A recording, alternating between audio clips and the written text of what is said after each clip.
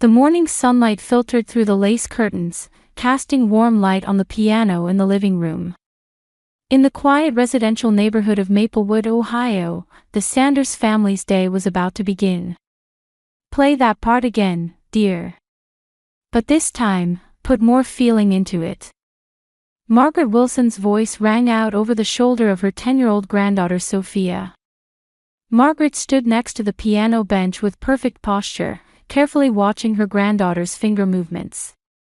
Having once aspired to be a pianist at the local conservatory before giving up that dream when she married, Sophia represented something precious to Margaret, a chance to fulfill the dream she had never achieved. "Yes, Grandma." Sophia nodded obediently and let her fingers dance across the Chopin piece once more. Her small hands moved gracefully over the keys, but her expression held a shadow of tension rather than the innocent joy typical of a 10-year-old child. The aroma of bacon drifted from the kitchen as Emily appeared in the doorway. She worked as a librarian at the local library, and her quiet days surrounded by books had shaped her gentle, thoughtful nature. With her shoulder-length brown hair loosely tied back and wearing a simple cardigan, she looked like the quintessential Midwestern working mother. "Thanks for helping this morning, Mom. But please don't put too much pressure on Sophia." Emily spoke quietly to her mother, but Margaret waved her hand dismissively. "It's fine. This child has natural talent. She has the potential to win the state competition. I can tell." Margaret's eyes shone with pride. She placed her hand on Sophia's shoulder and gave her a warm smile. Her love for her granddaughter was undoubtedly genuine, but that love carried the weight of expectations, characteristic of an older generation. "Grandma, is this right?" Sophia turned to look up at her grandmother's face. Her eyes held an earnest light seeking approval, but Emily noticed something unsettling in her daughter's expression at that moment. Usually, Sophia would show a more natural smile. "Wonderful. But add a little more dynamics. Music should be played with the heart." Margaret nodded with satisfaction, but Sophia's expression seemed to cloud over slightly. Emily approached her daughter and gently placed a hand on her shoulder. "Sophia, are you okay? Are you feeling unwell?" "I'm fine." Sophia gave her mother a small smile, but it seemed somehow forced.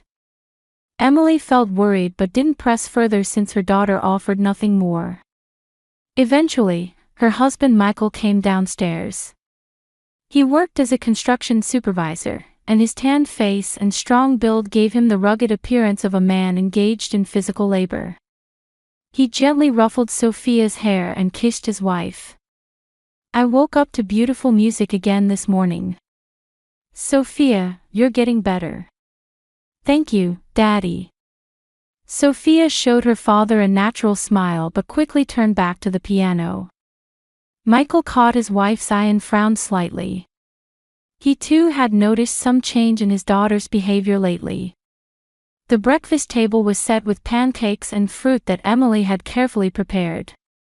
Margaret continued talking about Sophia's musical talent, enthusiastically suggesting introductions to local music teachers and participation in next month's district competition. "This child could definitely win a prize. Sophia will fulfill the dreams I couldn't achieve when I was young." Margaret's words were filled with deep affection, but Emily looked at her daughter's plate. She noticed that Sophia's favorite pancakes were barely touched. The daughter who would normally easily finish 2 pancakes was just poking at her food with her fork this morning. The family conversation continued pleasantly, but a small seed of worry was beginning to sprout in Emily's heart. 2 weeks passed, and Ohio's autumn was deepening. The maple trees had turned a beautiful golden color, and fallen leaves were scattered throughout the Sanders family's yard. When Emily returned from the library, she made it a habit to brush Sophia's hair. It was an important time at the end of each day for mother and daughter. "How was school today?" Emily sat behind her daughter and ran the soft brush through her hair. However, she noticed that more hair than usual was tangled in the brush. It was normal. I got 98 points on my math test. That's wonderful. Emily praised her daughter while staring at the brush in her hand. There was definitely more hair than usual, but perhaps it was just because of the changing season. She told herself this as she quietly removed the hair from the brush. Around this time, Margaret's instruction was becoming increasingly intense. She had enrolled Sophia in ballet classes at a local dance studio, with a recital scheduled for the end of next month. For Margaret, her granddaughter embodied the artistic dreams she had never fulfilled in her own life. Sophia, straighten your back more. You have natural grace. In front of the ballet studio mirror, Margaret carefully guided Sophia's every movement. While other children danced joyfully, only Sophia practiced with a serious expression. You could become the prima donna I dreamed of being. Your mother didn't have musical talent, but you're different. You're special. Margaret's words were full of love, but she didn't realize how heavy a responsibility this felt to Sophia. I'll try hard. Sophia nodded slightly, but her smile seemed a bit more strained than before. On the way home, Margaret continued excitedly talking about the recital. I've ordered a special costume too.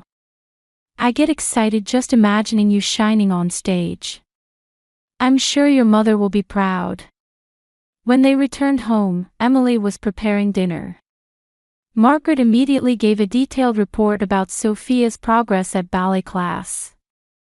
This child really has talent. She's in a different league from the other children. She's been given a leading role in the recital. Emily listened to her mother's words while observing Sophia's face.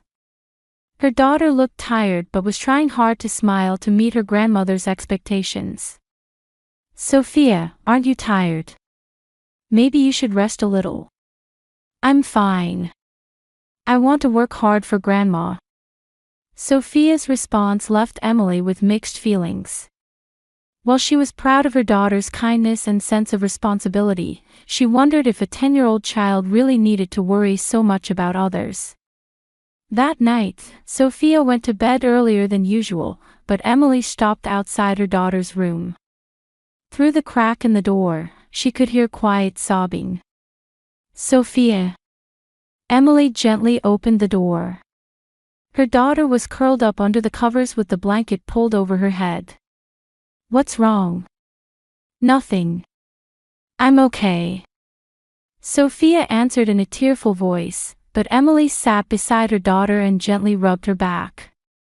If something is bothering you, you can talk to Mommy about it. You don't have to carry everything alone. Okay. Sophia nodded slightly but said nothing more. Emily kissed her daughter and left the room, but stopped in the hallway. Her maternal instincts were telling her that something was wrong. The next morning, Emily made a shocking discovery. A large amount of hair was scattered on Sophia's pillow, clearly an abnormal amount. She rushed to look at her daughter's head and found a bald patch about the size of a 500 yen coin on the crown. Sophia, this is... Mommy, my hair is falling out. I'm scared. Sophia looked at herself in the mirror and said this in a trembling voice. Emily hid her shock and hugged her daughter. It's okay, it's going to be okay. Let's see a doctor right away. Emily quickly called the pediatrician and made an emergency appointment. When she contacted Margaret, she rushed over in a panic. Oh my, what could this be? Stress perhaps. Did something happen at school? Margaret looked worriedly at Sophia's head, but in the next moment, a different emotion crossed her face. But it will heal before the recital, won't it? The doctor should be able to give her some medicine. Emily felt an inexplicable irritation at her mother's words. How could she be more concerned about the recital than her daughter's health? Mom, isn't Sophia's health more important than that right now? Of course it is. But you know how much this child is looking forward to the recital, don't you? Margaret seemed to genuinely believe this. However, Sophia remained silent, trying to hide the bald spot with her hand. Grandma, I'm sorry. I got sick. What are you saying, Sophia? It's not your fault. Emily hugged her daughter while feeling something collapse inside her chest. For her daughter to apologize for being sick was fundamentally wrong. And Emily was beginning to see what might be causing this wrongness. The pediatric ward at Maplewood General Hospital was decorated in bright colors to reassure children. The walls were painted with pictures of animals, and the waiting room had a small bookshelf and toys, but everything seemed blurry to Emily. Sophia sat next to her mother, wearing a hat pulled low to hide the bald spot. Emily, Sophia, and Margaret went to the examination room. Dr. Jenkins was a kind-looking female doctor with years of experience treating children. She had salt and pepper hair tied back and greeted the family with a gentle smile. Hello, Sophia. How are you feeling today? Sophia touched the brim of her hat shyly and answered in a small voice. My hair fell out. I'm scared. I see. But don't worry. Let's figure out what's causing it together. Dr. Jenkins spoke to Sophia in a gentle tone while beginning a thorough physical examination. She checked blood pressure, temperature, lymph node swelling, and skin condition, methodically ruling out possible physical causes. I don't see any particular physical abnormalities. The doctor said this while carefully observing Sophia's behavior. She noticed nail-biting habits and faint dark circles under her eyes. Sophia, have you been sleeping well lately? Sometimes I wake up at night. I see. Do you have any worries? Sophia glanced at her grandmother and shook her head. Not really. From experience, Dr. Jenkins sensed that this answer wasn't completely truthful. She took out paper and crayons from her desk drawer. Sophia, could you draw a picture for me? Anything is fine. Your family or something you like. A picture. Sophia seemed puzzled but picked up a crayon. At first she hesitated, but soon became absorbed in drawing. Emily and Margaret watched with interest to see what their daughter was drawing. Looking at the completed picture, Emily gasped. In Sophia's family drawing, Grandmother Margaret was depicted as a giant figure taking up most of the paper. Next to her, the parents were drawn medium-sized, and in the corner, Sophia had drawn herself as tiny as a grain of rice. Moreover, around that tiny Sophia, words like piano, ballet, 100 points, and first place were scattered like heavy baggage. That's a very good picture. Dr. Jenkins said calmly. Sophia, have you had any fun recently? Sophia thought for a moment before answering. Maybe when Grandma was happy. When I played piano well, or when the ballet teacher praised me. Do you have fun doing things just for yourself? At this question, Sophia looked confused. It was as if she couldn't understand the concept of enjoying something for her own sake. I don't really know. Dr. Jenkins turned to Emily and Margaret. I'd like to discuss this in more detail, so could Sophia spend some time with the nurse at the nurse's station? After a nurse took Sophia away, only the three adults remained in the examination room. Dr. Jenkins sat back down and became serious. I'll be frank. Sophia's hair loss is caused by extreme psychological stress. Emily's face turned pale. Margaret cried out in surprise. Stress? But we're just giving her love. What could be stressful about that? Giving love and placing expectations are different things. The doctor spoke quietly but clearly. Look at Sophia's drawing. She perceives herself as a very small being and feels the expectations around her as heavy baggage. Particularly, the pressure that she must meet expectations seems to be placing a great burden on her heart. Emily covered her face with her hands. Everything became clear in that moment. It's my fault. I was doing the same thing to my daughter that my mother did to me. Emily, what are you talking about? Margaret was confused, but the doctor continued. These situations often chain across generations. Perhaps you, Mrs. Wilson, were raised with similar expectations. Those words brought Emily's childhood flooding back vividly. Her young self practicing endlessly at the piano. The constant words from her mother, I'm saying this for your own good. Days of being demanded perfection. And the weight of carrying her mother's dreams. Mom. Emily looked at her mother through tears. Margaret's face had turned completely pale. I was the same. Margaret's voice was trembling. My mother also placed great expectations on me. She entrusted me with her unfulfilled dream of becoming a pianist. I thought that was love. And now, I'm doing the same thing to Sophia. A heavy silence fell over the examination room. The moment when the chain of pressure in the name of love passed down through 3 generations was finally revealed. How can we help Sophia? Emily asked the doctor with pleading eyes. First, remove the pressure that's on Sophia. Create an environment where she can be herself. And continue to tell her that her value lies not in achievements or grades, but in her very existence. The doctor continued. Her hair will naturally recover as stress decreases. However, emotional wounds take time to heal. The entire family needs to face this problem. Emily broke down crying. The reality that she had been hurting her daughter while thinking she was raising her with love was devastating. She had unconsciously placed the same pressure on her daughter that she had received from her mother. We're just loving our daughter.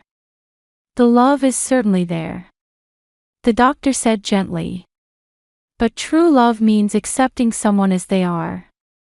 It's supporting them to live happily as themselves, not imposing expectations or dreams on them. Margaret sank into her chair and covered her face with both hands.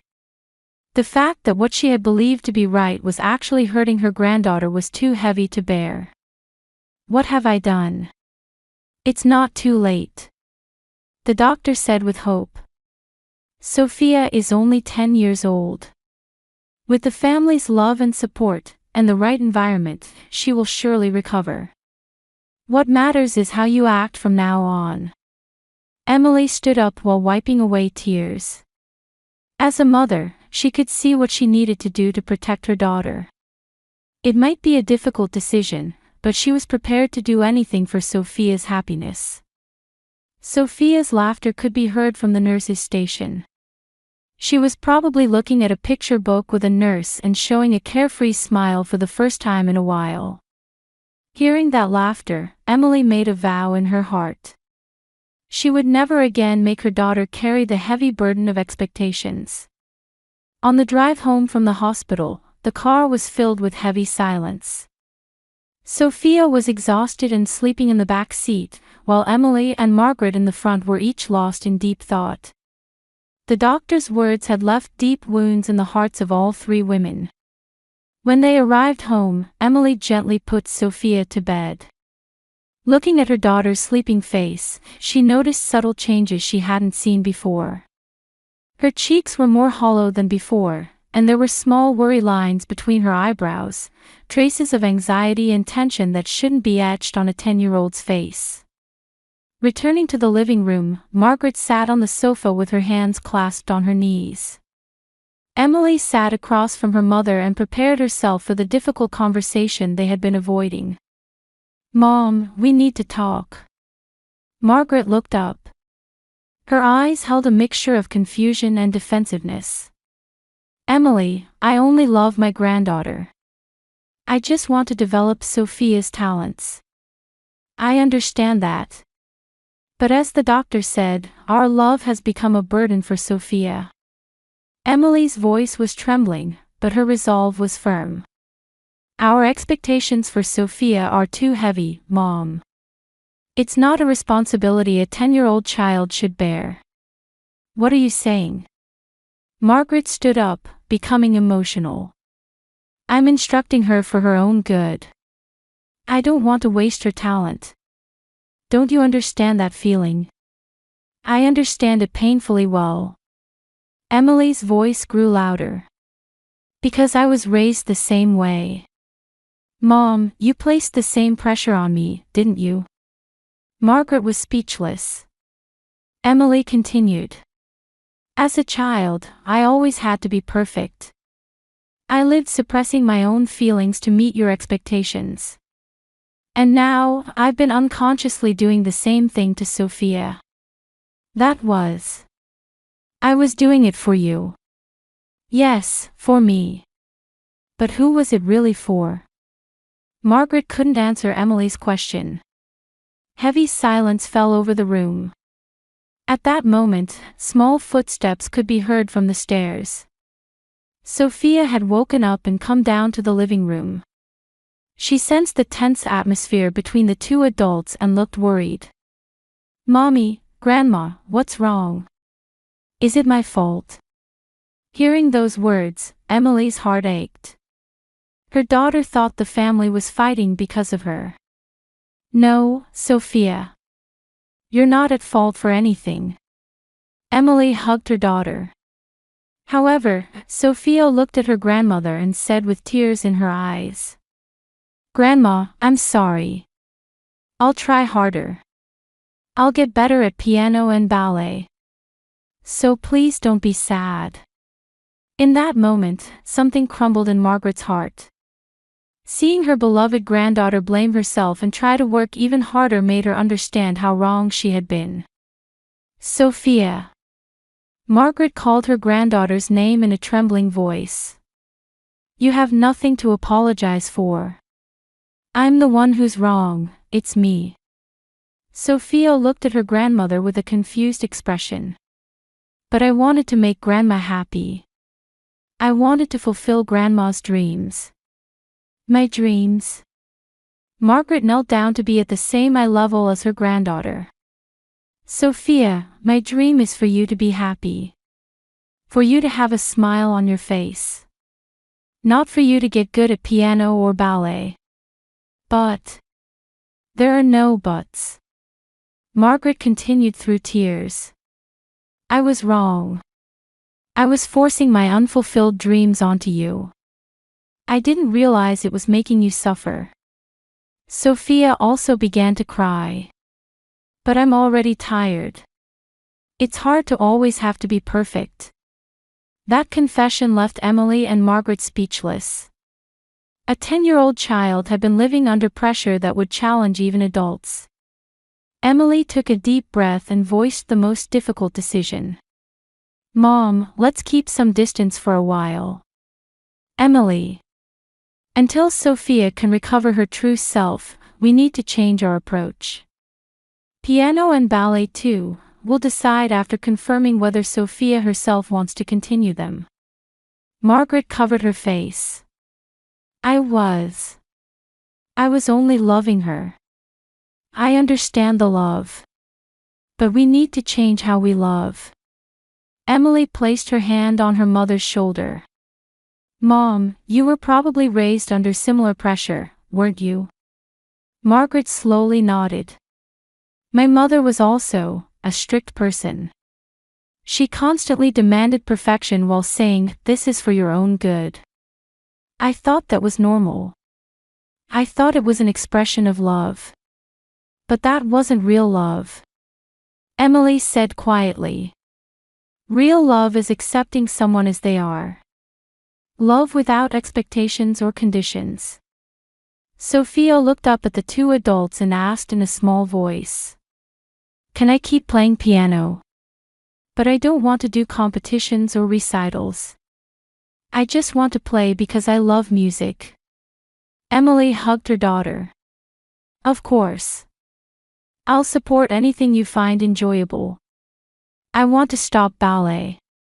Instead, I want to draw pictures. That's wonderful too. Margaret stood up and took her coat. Her eyes were moist with tears, but there was also a light of understanding. I'm going home. I need time to think. At the front door, Margaret turned around. Emily, Sophia. I love you both. I really do. But I need to learn how to love properly. Mom. It's okay. I was also raised under the same pressure from my mother. So I'll find a way to break this chain. For Sophia, and for you. After Margaret left, Emily and Sophia were alone. Her daughter sat on her mother's lap and showed a relieved expression for the first time in a while. Mommy, am I a bad child? Absolutely not. You're my treasure, the most precious thing in the world. Even if I'm not perfect. You don't need to be perfect. Just being yourself is enough. That night, Sophia slept soundly for the first time in a while. Emily looked at her daughter's sleeping face while reflecting on her parenting up to this point. The boundary between love and expectations was much more ambiguous and dangerous than she had thought. But things would change starting today.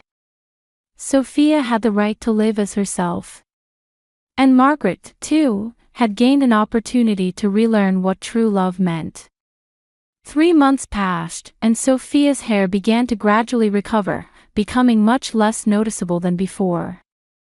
But an even greater change was the natural smile that had returned to her expression. Mommy, look. Sophia proudly showed a watercolor painting she had created in art class. It was a picture of a garden with colorful flowers in bloom. While not technically perfect, it was filled with childlike freedom and joy. It's wonderful. Such a beautiful painting. Emily praised her daughter's work from the heart. Previously, she might have said, let's try to color more carefully, but now she was simply happy that her daughter had enjoyed creating it. Piano continued at Sophia's own request. However, now she freely chose songs she liked and played them with enjoyment. Without the pressure of competitions or recitals, it had become time simply for loving music. One afternoon, a letter arrived in the mailbox with familiar handwriting. It was from Margaret. Emily opened it nervously. To Emily and Sophia. During these 3 months, I have been facing myself. I've spoken with a counselor and thought deeply about the pressure I received from my own mother. I too was raised by a mother who constantly demanded perfection. Under the words, "This is for your own good," my feelings were continuously ignored. I lived believing that was love, but I now realize it was different.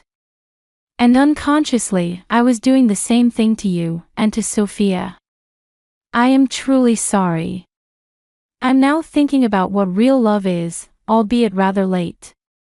It's wishing for someone's happiness and accepting them as they are. If it would be all right, could we please build a new relationship as a family? This time, I'd like to learn supportive love instead of expectant love. Margaret. Emily wiped away tears as she told Sophia about the letter. Do you want to see Grandma? Sophia thought for a moment, then nodded. Yes. But I don't want her to teach me piano like before. It's okay. Grandma has changed too. Over the weekend, the 3 of them decided to have a picnic at the local park. Margaret was more reserved than before, carefully measuring her interactions with Sophia. Sophia, I heard you're taking art classes. Yes. It's really fun. I drew a picture of our family recently. Sophia showed her new family drawing. This time, all the family members were drawn the same size, everyone smiling and holding hands. Looking at that picture, Margaret's eyes filled with tears. It's a very lovely picture. The pictures you draw make people who see them feel happy. Margaret hugged her granddaughter. This time, with pure love, without expectations or conditions. "Grandma, can we be friends?" At Sophia's innocent question, Margaret smiled. "Of course. I'm learning to be a new kind of grandmother too." The sunset gently illuminated the park. The three generations of women had walked different paths in life, but now they were finally beginning to build true family bonds. Emily looked up at the sky and whispered in her heart. True family love is accepting someone as they are, not expecting things from them. And what should be passed down through generations is not pressure, but unconditional love. As cherry blossom petals danced in the air, along with the new season, true spring had also arrived for the Sanders family.